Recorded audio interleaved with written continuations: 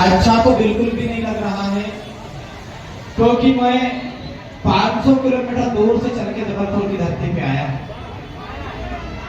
लेकिन जिस प्रकार से यहाँ की व्यवस्था और जिस प्रकार से यहाँ की जो अनुशासन और जिस प्रकार से यहाँ की तमाम जो व्यवस्था है, उससे मैं काफी नाराज हूँ।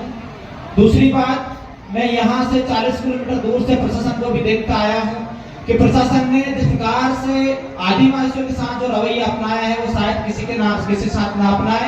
हम प्रशासन को भी कहना चाहते हैं कि आप जिनके इशारे में काम कर रहे हैं, वो जल्द मध्य प्रदेश से भागने वाला है, हम आपको बताना चाहते हैं। इसी बात मेरी बात को मैं आगे बढ़ाऊं, मैं 10 मिनट का समय लूंगा, ज्यादा नहीं लूंगा। लेकिन जितने भी हमारे पंडाल खाली पड़ा है, मेरा निवेदन है कि आप सब लोग वहां पे बैठ जाए, तो ही मैं बात को आगे बढ़ाऊंगा। और जितने भी डीजे आसपास चल रहे हैं, सबसे निवेदन करूंगा आप मंच में आकर बैठ जाओ और आदिवासी को औलाद हो और नहीं हो तो मत बैठे, जहां आपको जाना है वहां पे जाइए। बड़े दुर्भाग्य के साथ कहना पड़ रहा है कि हम लोग सिर्फ नाचने गाने तक सीमित रहते हैं, डीजे में नाचने गाने तक सीमित रहते हैं।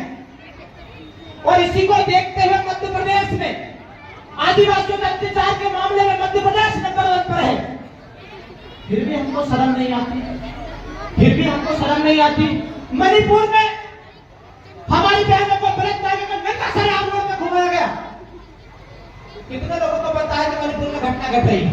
बहनों से पूछना चाहता हूं, पता है? आधे लोगों के हाथ नहीं उठ रहे हैं, जानकारी नहीं है। मतलब नाच लिए, गा लिए, डीजे में नाच लिए, भूल गए, घर चले गए, सो गए। फिर जब कोई अत्याचार होगा, फिर समाज वाले याद आएंगे। इसलिए मैं 10 मिनट का समय लूंगा। 500 किलोमीटर दूर से पूरे कार्यक्रम को छोड़ के यहाँ पे आपके बीच में आया है। मैं चाहता हूं कुछ विचार आपके बीच में अच्छे पहुंचे और आप लोग सुने। और ये आसपास में जो रोड में हमारे साथी खड़े, उनको डबल से ना बोलना पड़े। मेरा निवेदन है, पंडाल खाली पड़ा है, यहाँ पे बोलने की इच्छा नहीं थी, लेकिन युवा साथी नहीं माने, दादा आपको यहाँ पे बोलना पड़ेगा। सारे लोग रोड पे घूम रहे, फोटो सेशन करवा रहे हैं। अरे आपका भाई 500 किलोमीटर दूर से चल के आया है आपके बीच में, आपके सामने विचार रखने के लिए। सबसे पहले इस गोंडवाना की राजधानी जबलपुर की धरती को नमन, वीरांगना रानी दुर्गावती जी के चरणों में नमन, मदन साय जी के चरणों में नमन, और तमाम हमारे जितने भी महापुरुष, आदिवासी महापुरुष, तमाम महापुरुषों के चरणों में नमन। और जितने भी हमारी बहनें और जितने भी हमारे युवाओं की बदौलत कार्यक्रम सफल हुआ है, मैं उन सभी को नतमस्तक होकर नमन करता हूं, जोहार करता हूं। साथियों, आज मुट्ठी भर लोगों की बदौलत सरकार, शिवराज सरकार ने छुट्टी घोषित कर दी है। लेकिन दुर्भाग्य की बात है कि जिस मध्य प्रदेश में 21% आदिवासी है, उन आदिवासियों के लिए मध्य प्रदेश की कंस मामा की शिवराज सरकार ने छुट्टी घोषित नहीं की। मैं इस मंच के माध्यम से शिवराज मामा को कहना चाहता हूं, तुमने आदिवासियों के लिए छुट्टी घोषित नहीं किया, हम तुम्हारी छुट्टी घोषित कर रहे हैं। तो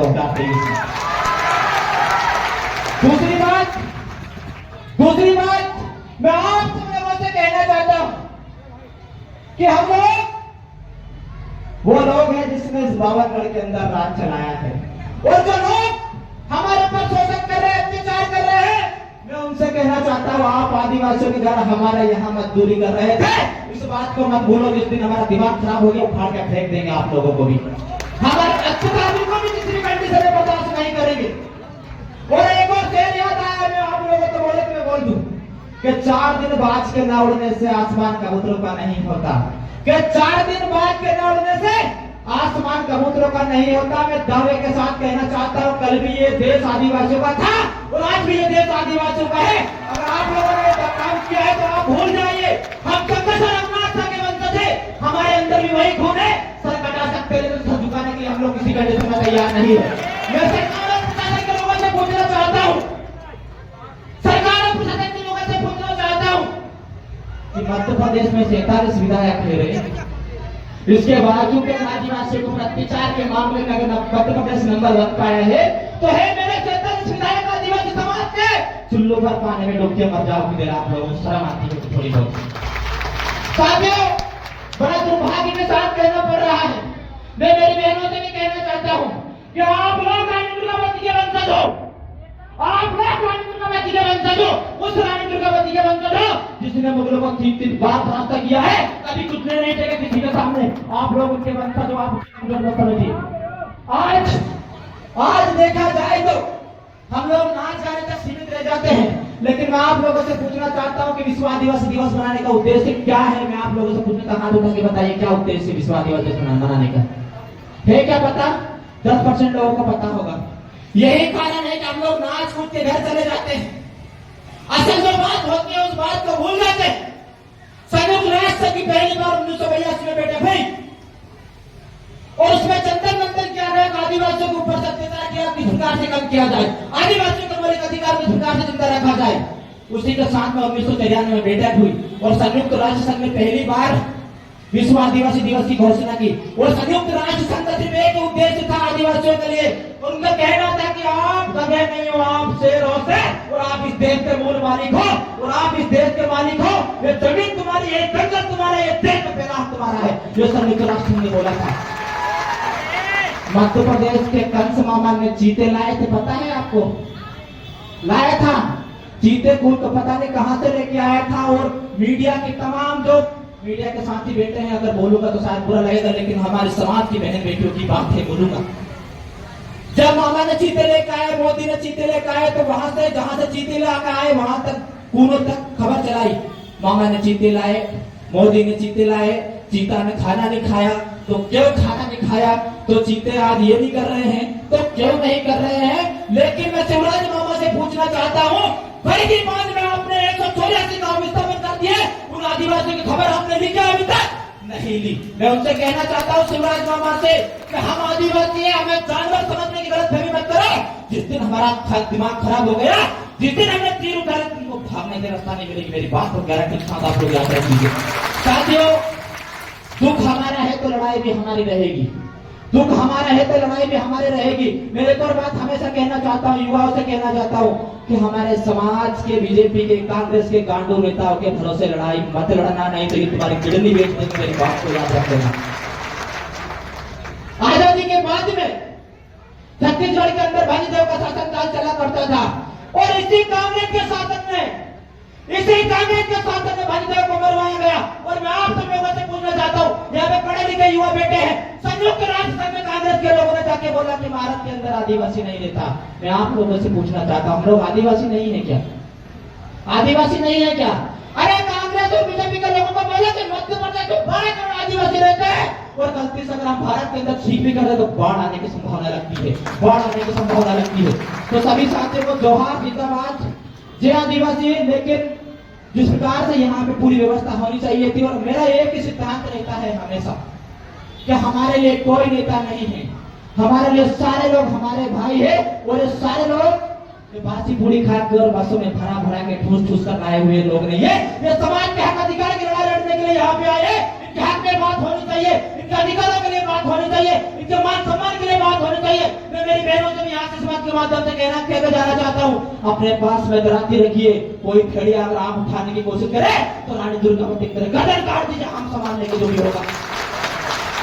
मणिपुर वाली घटना हम लोग दोहराने नहीं देंगे। और यदि वे जो भी लोग हैं जो आदिवासी महिला पर गलत निगाह रखते हैं, मैं उनसे कहना चाहता हूँ कि हमारे अंदर वो खून है, हमारे अंदर वो जज्बा है। हमने अंग्रेजों को नीचे लाए, काले भाजपा के अंदर क्या चीज है भाई? बताओ मुझे, हमारे राजा महाराजा ने अंग्रेजों को झेला क्या? चट्टी में भारत के अंदर से दौड़ाया था अंग्रेजों को, और 70% लड़ाई हमारे राजा महाराजा ने देश के लिए लड़ी थी। आप सब लोग इस बात को जानते हैं। मैं कहना चाहता हूँ हमारी बहनों को गलत निगाह उठा के देखने वाले लोगों को कहना चाहता हूँ, हमारे अंदर भी वही खून है। अगर किसी ने हमारी बहन बेटे को रोड पे दौड़ाने की कोशिश की, हमारी बहन बेटे को गलत निगाह से देखने की, हमारे बहन बेटे को हत्या करने की कोशिश की, हम जिंदा जलाने की तुमको क्षमता रखते हैं। इस बात को दूसरी बात, मेरा भाषण देने का काम नहीं रहता है। आप सब लोग पहचानते, मुझे नेता बनने का कोई शौक नहीं। मेरी नजर में नेता गांडू है।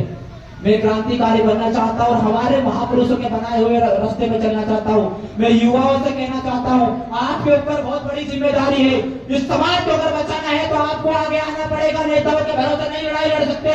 युवा, आप इस समाज के भगवान हो और आपको इस समाज की सब कुछ दुख दर्द को देखना है। इसलिए युवा खबर न चले।